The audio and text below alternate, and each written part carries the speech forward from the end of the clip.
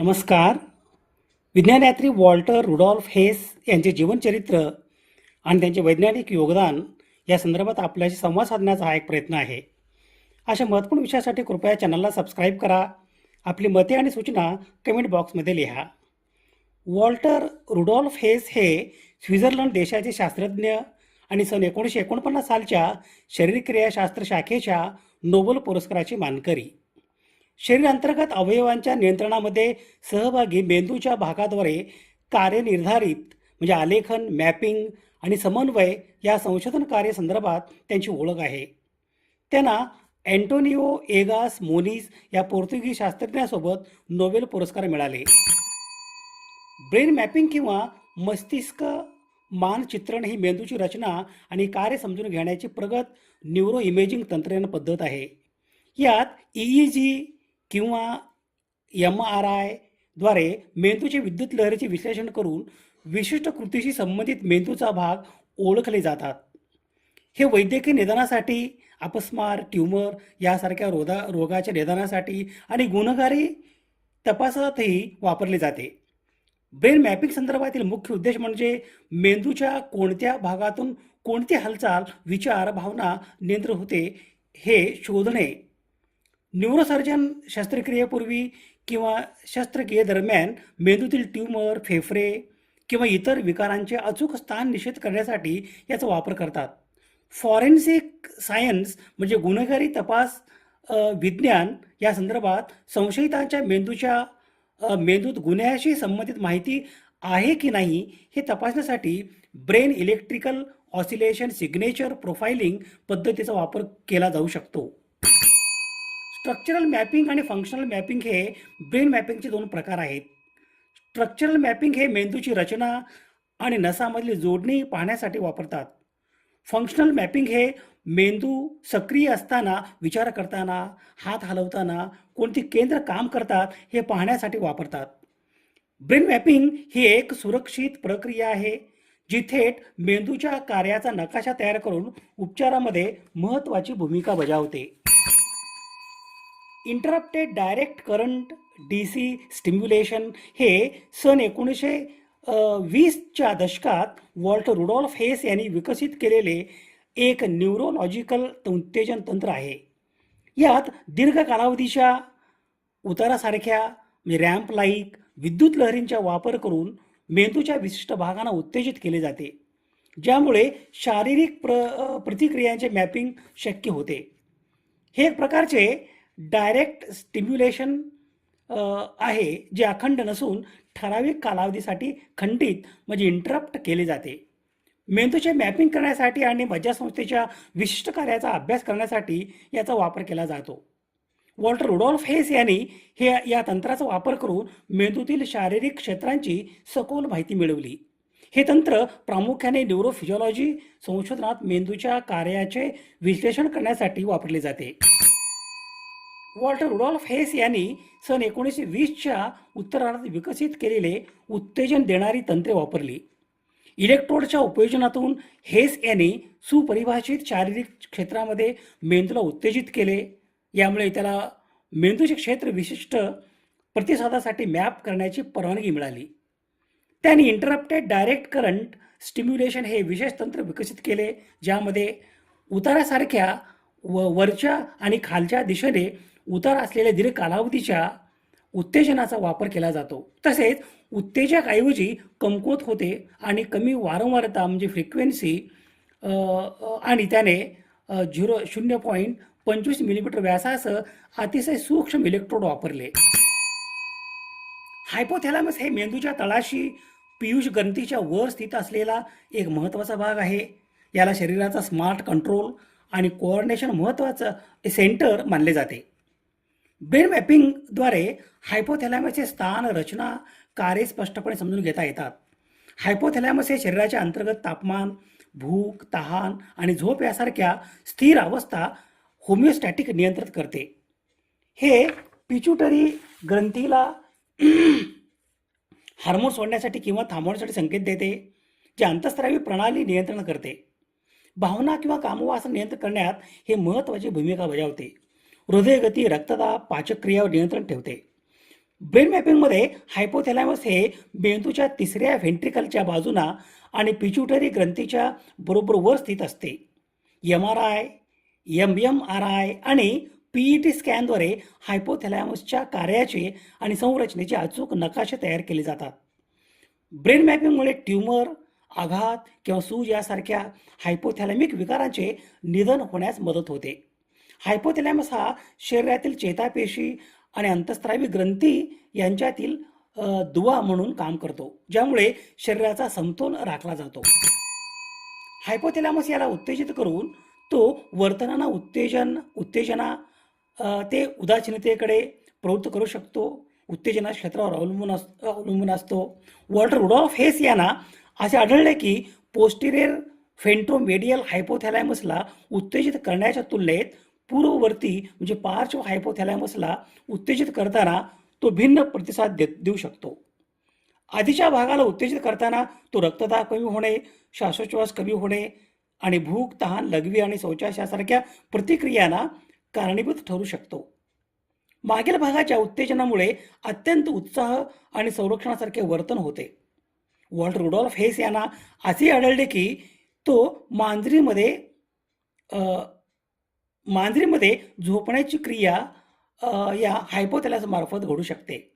हा शोध त्यावेळी अत्यंत विवादास्पद होता, परंतु नंतर त्यांचा मुलगा रुडॉल्फ मॅक्स हेससह इतर संशोधकांनी पुष्टी केली. वॉल्टर रुडॉल्फ हेस यांचा जन्म दिनांक 17 मार्च 1881 रोजी स्वित्झर्लंड देशातील फ्राउनफेल्ड येथे झाला. फ्राउनफेल्ड हे स्वित्झर्लंडमधील थुरगाऊ कॅटनची राजधानी असलेले एक सुंदर आणि ऐतिहासिक शहर आहे. हे पूर्व स्वित्झर्लंडमधील एक प्रमुख प्रशासकीय आणि वाहतूक केंद्र आहे, जे आपल्या मध्ययुगीन जुन्या शहरासाठी प्रसिद्ध फ्राउनफेल्ड कॅसल आणि वार्षिक ओपन हायर फ्राउनफेल्ड संगीत महोत्सवासाठी ओळखले जाते. हे शहर मुर्ग नदीच्या काठावर वसलेले आहे. हे थुरगाऊ राज्याची राजधानी आहे. वॉल्टर रुडॉल्फ हेस यांच्या वडिलांनी त्यांना वैज्ञानिक करिअर करण्यासाठी प्रोत्साहन दिले आणि त्यांच्यासोबत त्यांनी त्यांच्या भौतिकशास्त्र प्रयोगशाळेत प्रयोग केले. सन 1899 मध्ये लॉसने आणि नंतर बर्लिन, किल आणि झुरिच येथे त्यांचे शिक्षण पूर्ण झाले. सन 1906 मध्ये झुरिच विद्यापीठातून त्यांनी वैद्यकीय पदवी प्राप्त केले.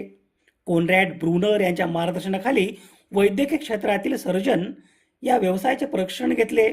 मानवी रक्ताची चिवटपणा याचे मापन करण्यासाठी त्यांनी फिस्कॉमीटर विकसित केले.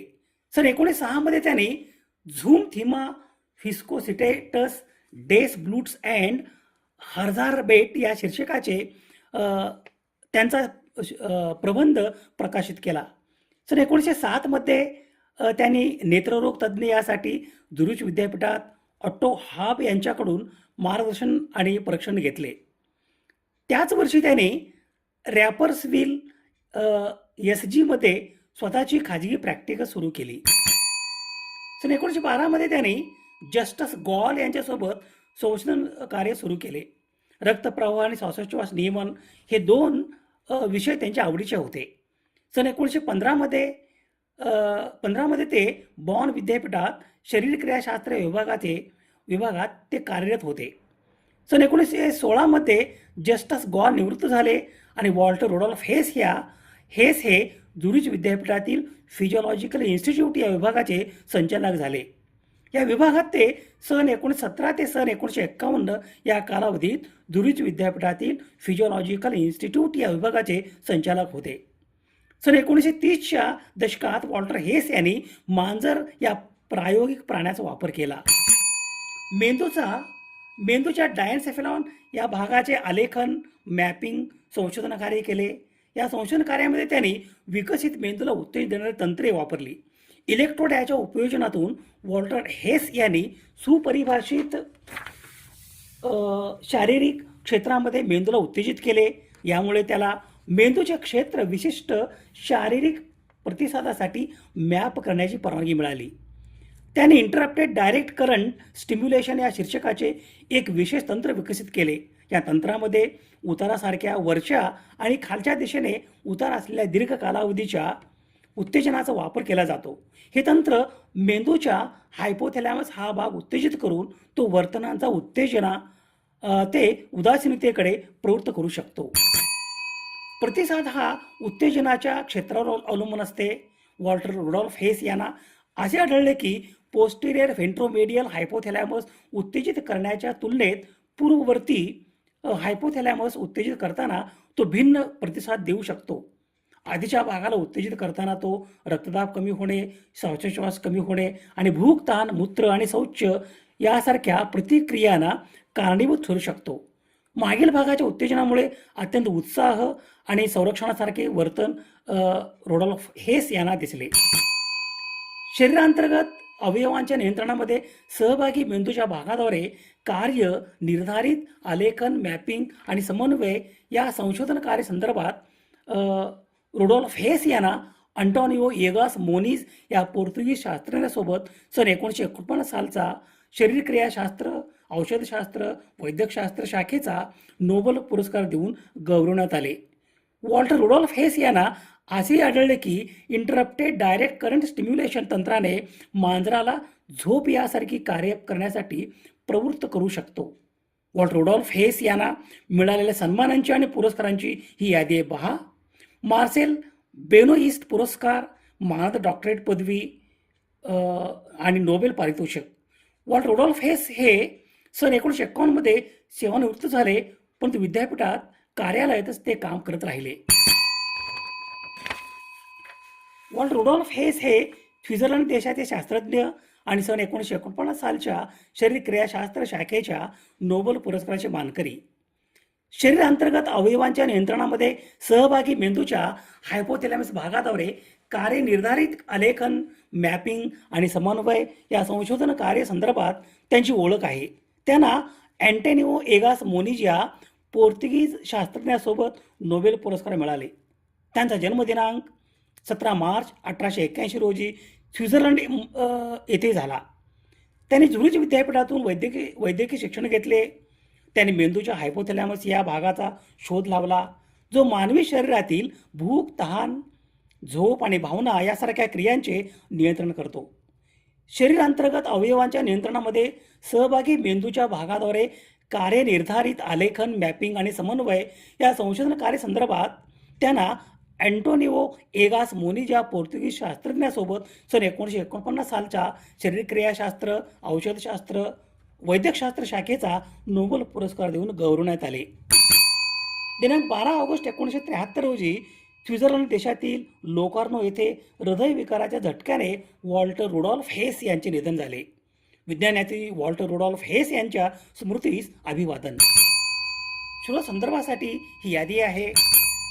समाजहिताच्या एखाद्या वैज्ञानिक विषयासंदर्भात प्रबोधन करणे, जागतिक समस्यांचे निराकरण करण्यासाठी सामाजिक इच्छा आणि संसाधने एकत्रित करणे आणि मानवतेच्या यशाचा उत्सव बळकट करणे यासाठी सुवर्ण संधी म्हणजे सामाजिक आणि वैज्ञानिक सण आणि उत्सव. अशा महत्त्वपूर्ण विषयासाठी कृपया चॅनलला सबस्क्राईब करा. आपली मते आणि सूचना कमेंट बॉक्समध्ये लिहा. विज्ञान निष्ठा ही जीवन निष्ठा. धन्यवाद.